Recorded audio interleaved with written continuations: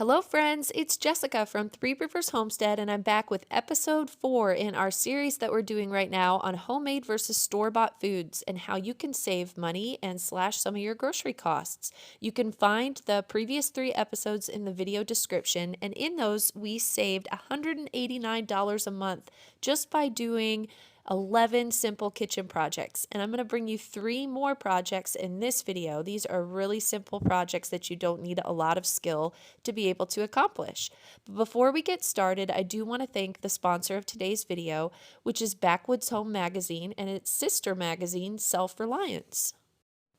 I have been a fan of these publications for a long time. I started reading Backwoods Home Magazine over 15 years ago. And if you're someone who enjoys the type of content that I put out here on my YouTube channel, I guarantee that you're going to find a lot of value in this magazine. It covers all sorts of homesteading topics like canning and raising livestock.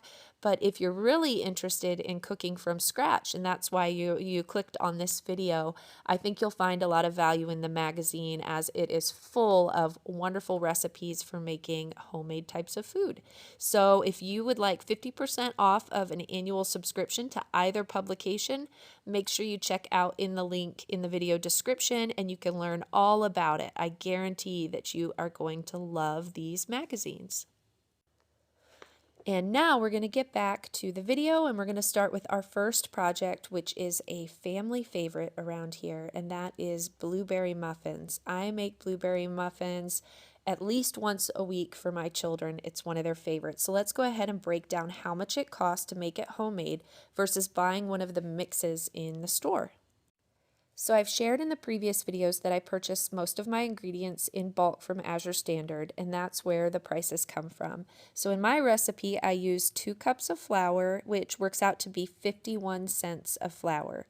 I'm using a half a cup of sugar, which is 29 cents. We're going to use baking powder, just 2 teaspoons. I get my baking powder for the cheapest price from Amazon. It works out to 11 cents in the recipe. I'm using a half a teaspoon of salt, which is a little less than a cent, but we'll just say a cent. Olive oil, I get mine from Sam's Club, and I'm going to use a half a cup. It's 76 cents for the olive oil. We're going to use 1 egg, which is 17 cents, and I use homemade vanilla, which cost me approximately 15 cents to get the 1 teaspoon for the recipe. And then of course, since I have 9 children, we are going to double this recipe. That's why you saw me put 2 eggs in there instead of the 1 that I had mentioned. But we're going to price this out for 1 batch, which would equal a dozen muffins. And I'm going to add 2 cups of blueberries to my muffins. That works out to be $1.98 in blueberries. I buy my blueberries in bulk when they're in season from local farms and freeze them for the rest of the year. And they work out to be $3 a pound. So for the 2 cups, that's $1.98. So in total, if I add all of the batter ingredients to the blueberries, I'm paying $3.98 per batch for my blueberry muffins, which is 33 cents per muffin if I'm making a dozen. Let's compare that to something like the Jiffy box, which would be 98 cents and would make us 6 muffins. To that box of ingredients, I also have to add egg, milk, and double it to get a dozen muffins. So that's going to work out to $2.42 per dozen. But those Jiffy muffins don't have real blueberries in them. It's just artificial flavoring. If I actually added the berries, we're at $4.40 a dozen. So my homemade muffins are even cheaper than the Jiffy box that you can get at the store. If you did something like the Entenmann's Little Bites that are pre-made muffins, the cost per mini muffin on those is 17 cents, and it takes 3 of the mini muffins to equal the size of 1 of the standard size muffins that I would make in my recipe. So those are costing 54 cents per muffin if you're getting the Entenmann's Little Bites.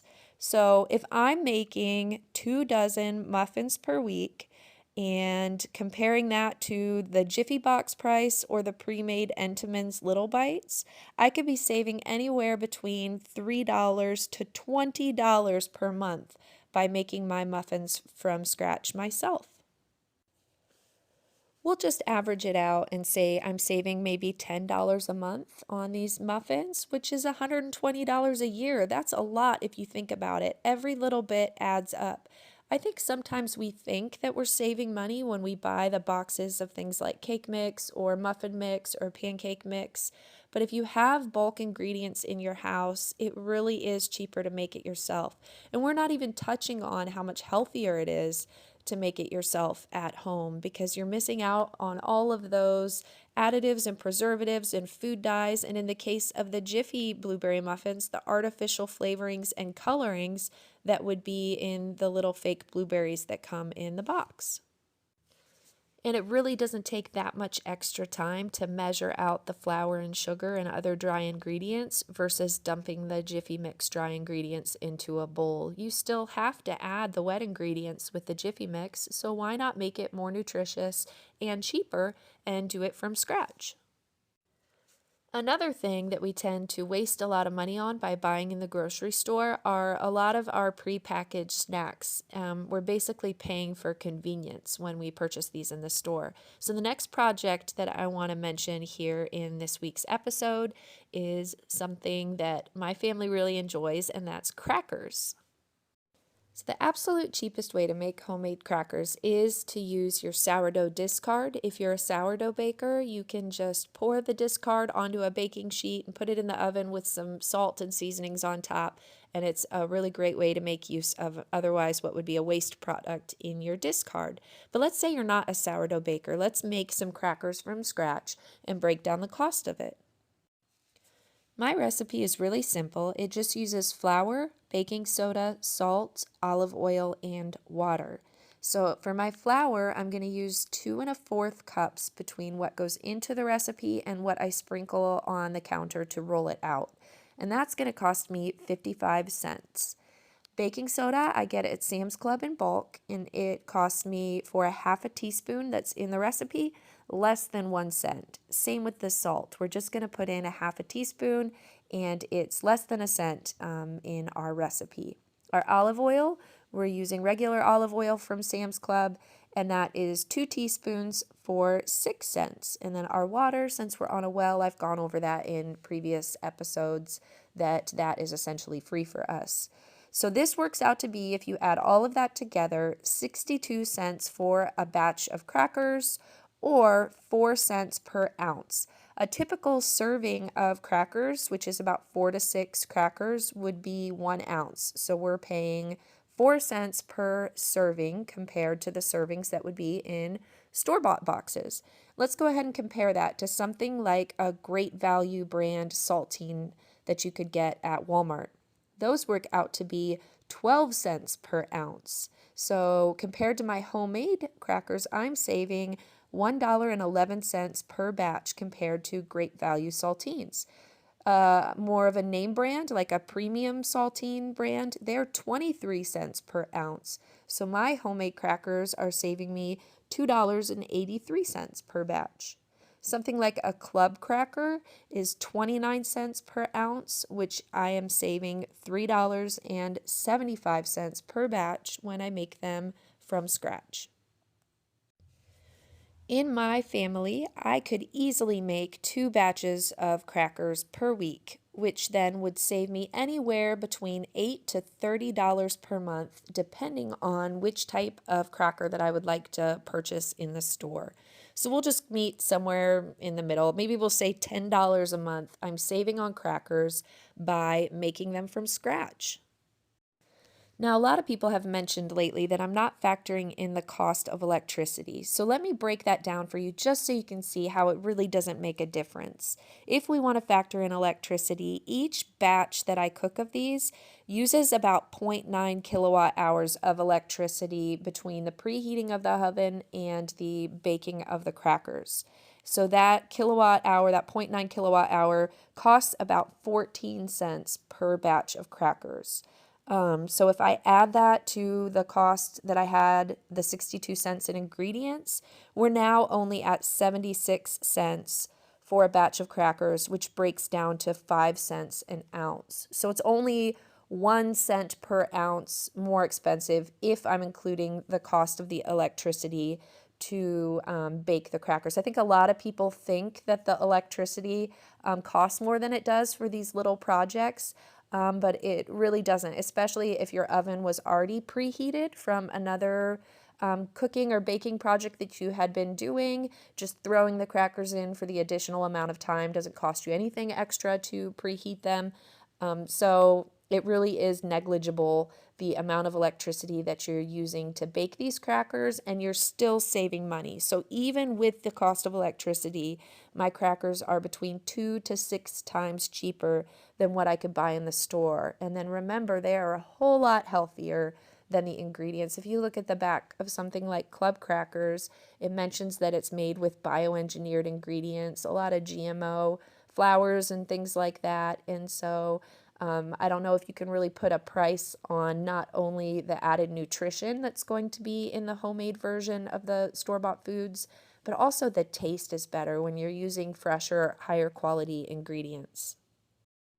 Speaking of ingredients, many people have said that I should be comparing the store-bought items. They should be organic store-bought items. And I do agree that my savings is even greater than what I'm laying out in these videos, because if I bought comparable organic crackers, for example, in the store, they're going to cost way more than something like a great value saltine.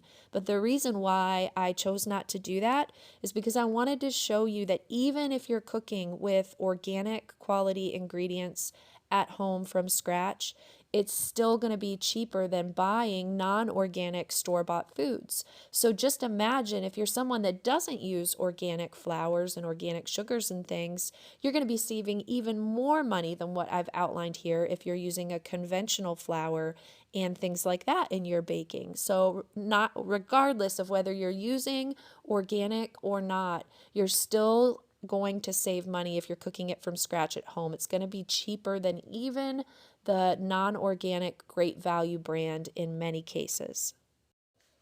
Now, I know that convenience is a big reason why a lot of people choose to purchase store-bought versions of these items, but what I want to remind you is that it doesn't take that much time to make things from scratch. Our next project that we're going to talk about is pie crusts, and I think a lot of people are intimidated by making a pie crust from scratch. They think it's really difficult to do and that it would save them a whole lot of time if they just purchase their pie dough from the grocery store, but I want to show you that I can whip up a pie crust in 5 minutes. It really does not take that much time, and especially when you start to factor in how much money I'm going to save when I take that 5 minutes to do it.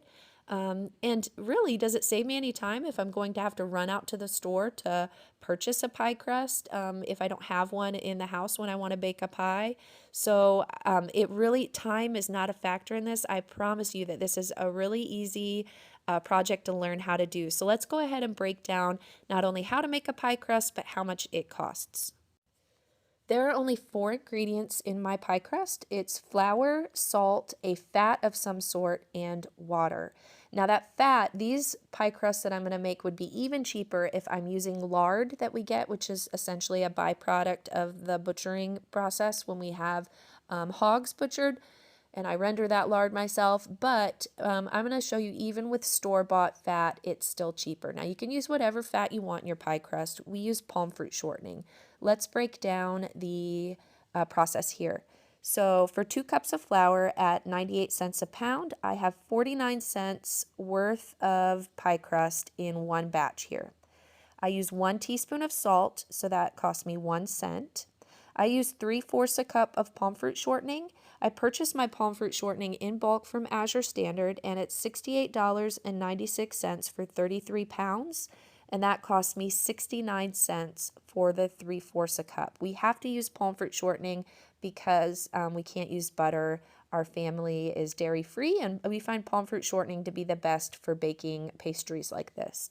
And then I use 1/4 a cup of water, which doesn't cost me anything. So my total for a batch of pie dough like this is $1.19, and that makes me 2 crusts. You'll see me rolling them out here in the video. So each crust costs me approximately 60 cents.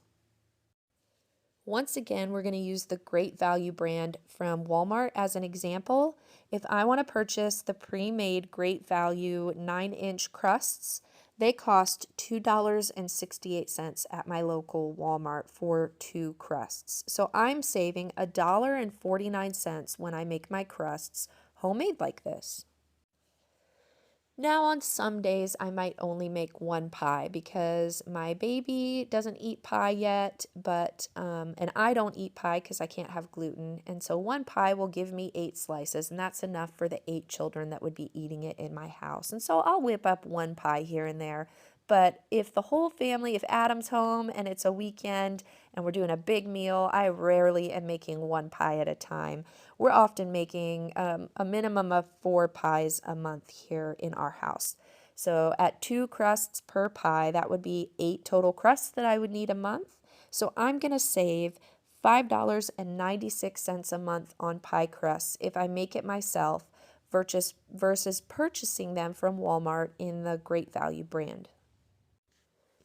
So 5 minutes of work saves me $1.49 on these pie crusts. I don't know about you, but my time, my 5 minutes is worth $1.50.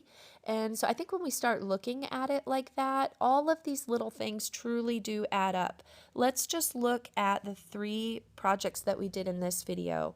The blueberry muffins, we roughly estimated it to about $10 a month that I'm saving.